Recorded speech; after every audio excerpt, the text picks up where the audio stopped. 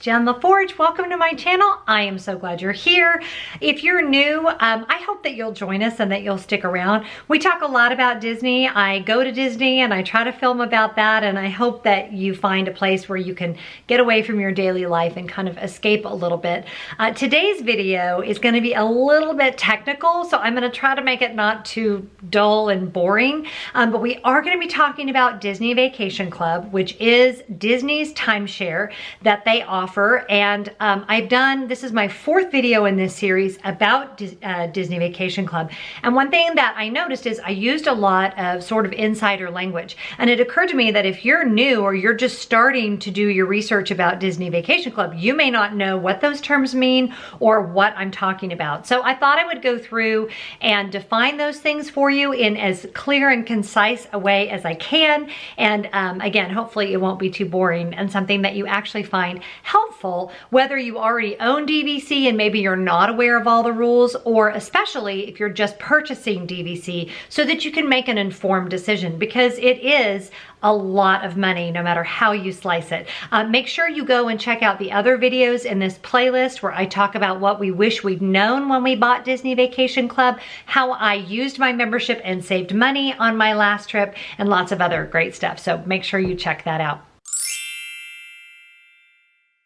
So the first term I want to define for you guys is use year. So use year is actually not a year at all. Use year is actually a month. It is the month within the year where your new points get dumped into your Disney Vacation Club bucket. So our use year for our largest contract is in April. So April 1st of every year, I have 160 points loaded into my account, and I have from April 1st until March 31st to use those 160 points. We're going to talk about banking and borrowing in a minute, so just kind of set that aside, because there's other ways that you might choose to do that. But for the most part, that's how long you have to use those 160 points. Now, choosing use year, we bought our contracts, both of them resale. So they had a set use year. I believe, and please someone comment if I'm wrong, if you purchase direct from Disney, you can ask them for a particular use year.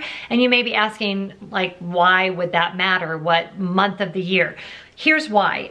Let's say that you are a teacher and you know that you always take your vacations in the summer, but that you may sometimes have to cancel or whatever. You want as much flexibility as possible of when you can reschedule a canceled vacation.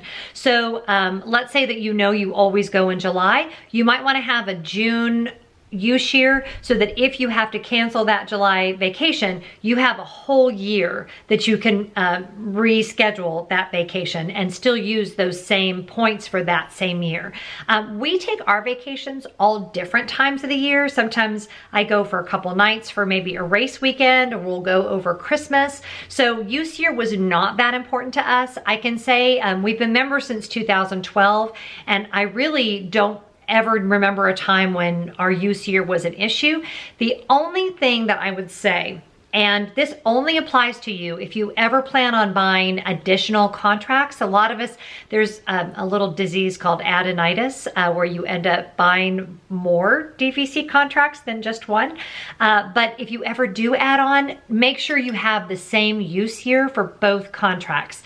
I won't go into why that makes it so complicated, because that's a whole nother video, but just trust me, if you're going to have more than one contract, do everything within your power to make sure that both contracts have the same use year, because when you go to transfer and link reservations and all that, having two different use years makes it a big pain in the patootie. So try to just keep that in mind, maybe for in the future. So that is what we talk about when we talk about use year. Your use year never changes, by the way. It is in the contract. So I will have an April use year until 2042 when my Vero Beach points expire.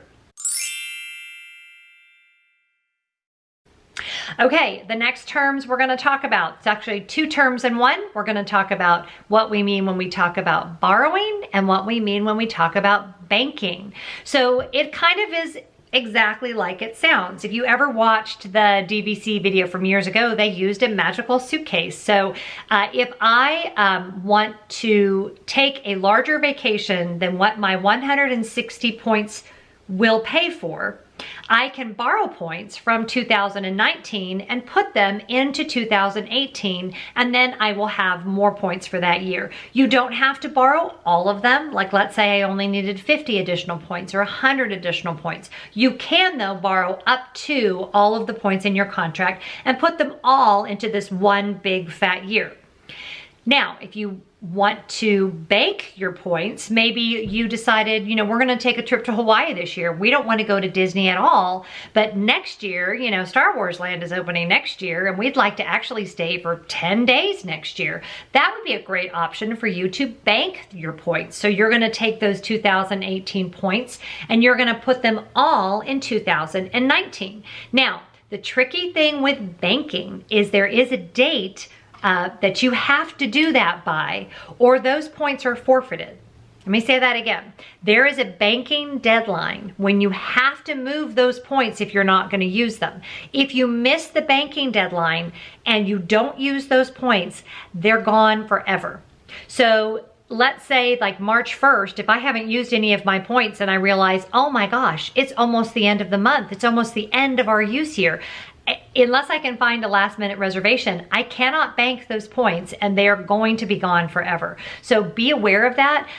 The banking deadline is usually 4 months before the end of your use year. So let's see, since our use year ends March 31st, February, January, December, November would be our banking deadline. Disney knows that that's a little complicated, so they always put your banking deadline right there on your dashboard, and they even send you an email to let you know, hey, heads up, your banking deadline is coming. So if you don't want to use these points this year, this is the date by which you have to have moved them into the following year. Now, here's the funny thing about points that have been banked or borrowed. They can only be moved once. So if I borrow points from 2019 and I put them in 2018, I have to use them in 2018 or they're gone forever. If I banked points from 2017 and I move them into 2018, they have to be used in 2018 or they're gone forever. I cannot bank those points forward that I have borrowed. Does that make sense? And I can't put points, well, I can't put points back that I've borrowed, and I can't move points forward that I have banked. You can only do either banking or borrowing one time with the same set of points. So you need to be aware of that if you're gonna bank and borrow a lot. I'm gonna just tell you, and I'm not proud of this, but we borrow constantly. Like, we are always a year behind. So my Vero Beach contract is supposed to expire in 2042.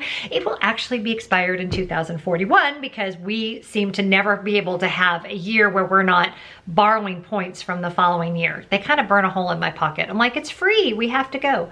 Or as my husband says, it's included.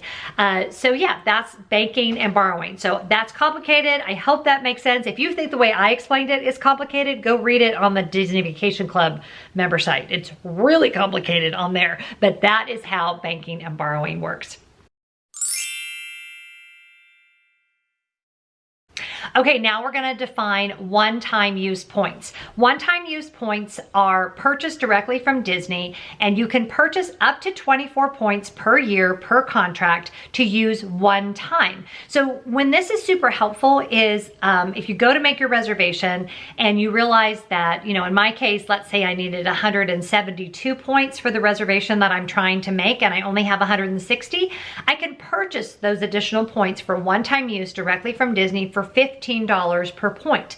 So just because the math is easy, let's say if I needed to purchase 10 points, that would be $150. And you'll just pay with a credit card over the phone with the cast member. Those are not your points forever. Those are just one-time use points, but it's super helpful if you maybe purchased your points thinking you were always going to go during a particular time of year, and then, you know, maybe you decide to go over Christmas where the point requirements are much higher. That gives you an option to purchase some additional points. Again, you can do that once per year, once per contract. So I have 2 contracts, so I could technically do it up to 50, well, what would that be? 48 points between the 2 contracts. So it does give you a little bit more flexibility, and it keeps you from missing out on that vacation you want to take because you were just a few points shy of what you needed. So remember how I told you that we every year we've had it, we've always seemed to borrow?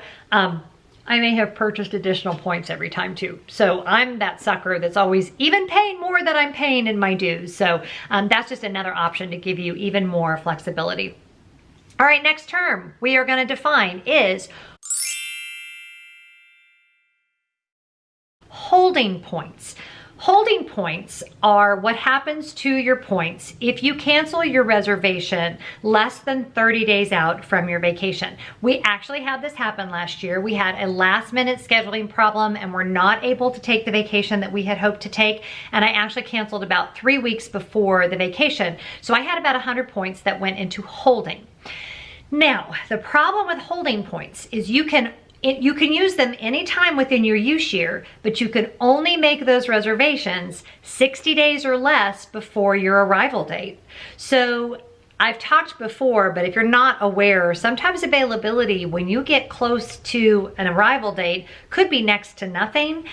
You could end up with like a room here one night and a room there one night, which is actually what we ended up doing. We sort of cobbled together this vacation with 3 different resort stays. So it's not that it's not possible to use them, but if you cancel 30 days or less, what happens to those points is they become much less flexible and you only have your use year to use them. So I was on the phone with Disney almost every day trying to find a way to use those points. And again, it has to be 60 days or less before your arrival date or you can't even make a reservation with those points. So they really do penalize you if you cancel less than 30 days out. One other word on that, if you cancel the day of, you lose all of your points and you cannot ever get them back. So be aware of that. And the same is true of the holding points. If the year goes by and you weren't able to use them, you will be out of luck. I would definitely in that case probably not try to do it online. I would call a cast member. The good thing that they can do is they can kind of search all at once. Disney, if you're listening, it would be so helpful if you had a feature where we could search for all resorts, kind of like when you go to the Disney World website, you can put in all resorts and everything comes up. The way it is right now, you can only search for one resort at a time, and that makes it very time consuming for us just as a user experience. So it would be really nice if you could pull up all resorts, but that's a rabbit trail, and I doubt anyone is listening from Disney, but there you go. So what were we talking about? Holding points. So it's kind of like they're in kind of like point jail. So try to not change your vacation plans because it can really make things a little more complicated and you definitely lose flexibility. And as busy as things have been lately, you may not be able to find a reservation at all or be forced to stay at a place that you either don't want to stay in or a time you don't want to or whatever. So try not to change your vacation plans. Okay, what have we talked about? We talked about banking and borrowing. We talked about one-time use year. We talked about what use year means. What else did I want to talk to you guys about? We talked about holding points. Oh, I wanted to talk to you guys about direct and resale. I throw those terms around like you should all just know what I'm talking about. When we talk about purchasing direct, we're talking about buying your DVC contract direct from Disney. When we talk about resale, we're talking about you purchasing from a resale broker. There are lots of reputable DVC brokers out there. There are also some scam artists. I'm going to put below the links to the 2 different DVC brokers that we used when we purchased our resale contracts so that you know that there are some really reputable ones out there. It is, it's a real estate transaction, so you really want someone that knows what they're doing. And we had a great experience with both of the companies that we worked with, so I will definitely link those below. When you buy direct from Disney, you'll find in most of my videos I talk about the differences. There are some perks that you get when you purchase direct from Disney that you do not get if you purchase resale. Those are always subject to change, so just make sure you do your research. And then of course, if you buy direct and you buy one of the newer properties, your expiration date is going to be much further out than if you either buy one of the older resorts direct from Disney or if you purchase resale. Remember that you don't, some good friends of mine, Edutaining is the name of their website, and I will put that below. We have chatted quite a bit just on the comments about DVC, and the one thing they said in the video they just did was the thing that they wish they had known is that they could have asked to purchase at one of the older resorts, not just the 2 that Disney was selling, which right now I think is Copper Creek and also Alani. But they could have asked, can we get a contract at Bay Lake? My friend friend Jen, who's also a vlogger over at Jen's Happy Home. She ended up purchasing Beach Club, which is a much older resort, because that's what they wanted, and Disney was able to sell that to them direct. Now, keep in mind, you are going to pay more and you are going to have that, you know, earlier expiration date. I think Beach Club is 2042, just like mine is at Vero Beach. But if you're old like me, you don't care, because that's fine with me that it's 2042. But that's what we talk about. We talk about direct. We're talking about buying direct from Disney. We're talking about resale. We're talking about buying from a resale broker. The other difference with resale, although you do save potentially thousands of dollars, it is a longer process, and it can be a complicated process. So make sure you know what the differences are and kind of what you're getting into. Any of the brokers would be happy to have that conversation with you on the phone so that you have a realistic expectation of how long that process can take. Okay, that was lots of words. If there are any terms that you've heard us use about DVC that I didn't define, will you please let me know in the comments below, and I will either do it there or I will do it in a follow-up video. Hoping this was not just too dull as dirt, but there's just a lot to this, and I never want to explain something to someone and make them feel like they don't feel equipped to make a good decision, or that they don't understand what I'm trying to explain. So hope this was helpful. If you liked it, I hope you'll subscribe. I hope you'll like, I hope you'll comment, and I hope you have a fabulous day, and I'll see you soon.